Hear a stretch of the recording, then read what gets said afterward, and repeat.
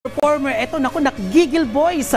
Makipagkwentuhan muna tayo sa kanila. Good morning and welcome sa Rise and Shine Pilipinas, Gigil Boys.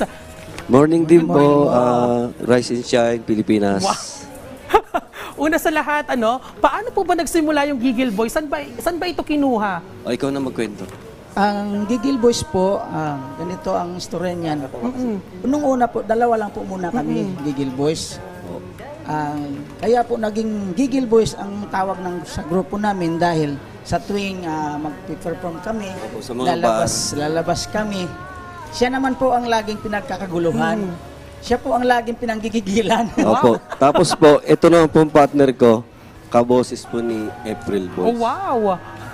Ito naman po isa, kaboses din po ni Bingo Regino. April Boys din. Talagang pinalano niyo po ba na magpahaba ng buhok na mala April Boy Regino? Opo. Yung sa akin talaga mulat sa pulpo, mahaba na po ito. Dahil idol niyo po si April Boy. Opo, yan idol po po siya. Okay, meron po kayong original and the hit song which entitled Ikaw ay namimiss ko. Ikaw ay Yung pinanta niyo namimiss po ko. kanina, Opo, tama? ikaw Ano ay ba yung namimiss kwento ko. sa likod ng kantang ito? Kwan po kasi, di ba po ang April Boys naglaylo na po sa industriya ng musika. Naisipan po namin ibalik kaya po yung title niya, Ikaw ay namimiss ko. Sila po yung namimiss namin. At syempre, imbitahan nyo rin yung ating viewers na suportahan yung inyong upcoming gigs, wow, or events, pati na rin ang inyong mga kanta. Ayun po, meron po kaming channel, Gigil Boys.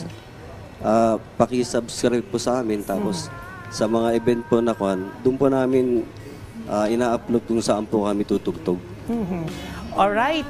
Thank you very much po sa pagbibigay ng oras sa amin ngayong umaga. At syempre, mamaya ay ipapamalas nyo pa ulit ang inyong magagandang boses. Pero bago yan, pumunta muna tayo sa Filipino folk.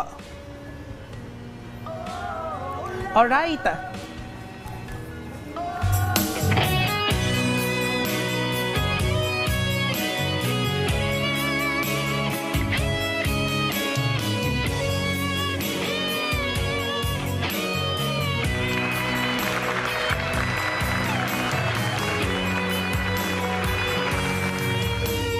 Mahal kita, aking sinta, laging iniibig kita. Walang iba kundi ikaw, laging minamahal kita. Sinisigaw ng puso ko, tinatawag pangalan mo. Araw, gabi, namimiss kita. Nalulungkot, nag-iisa.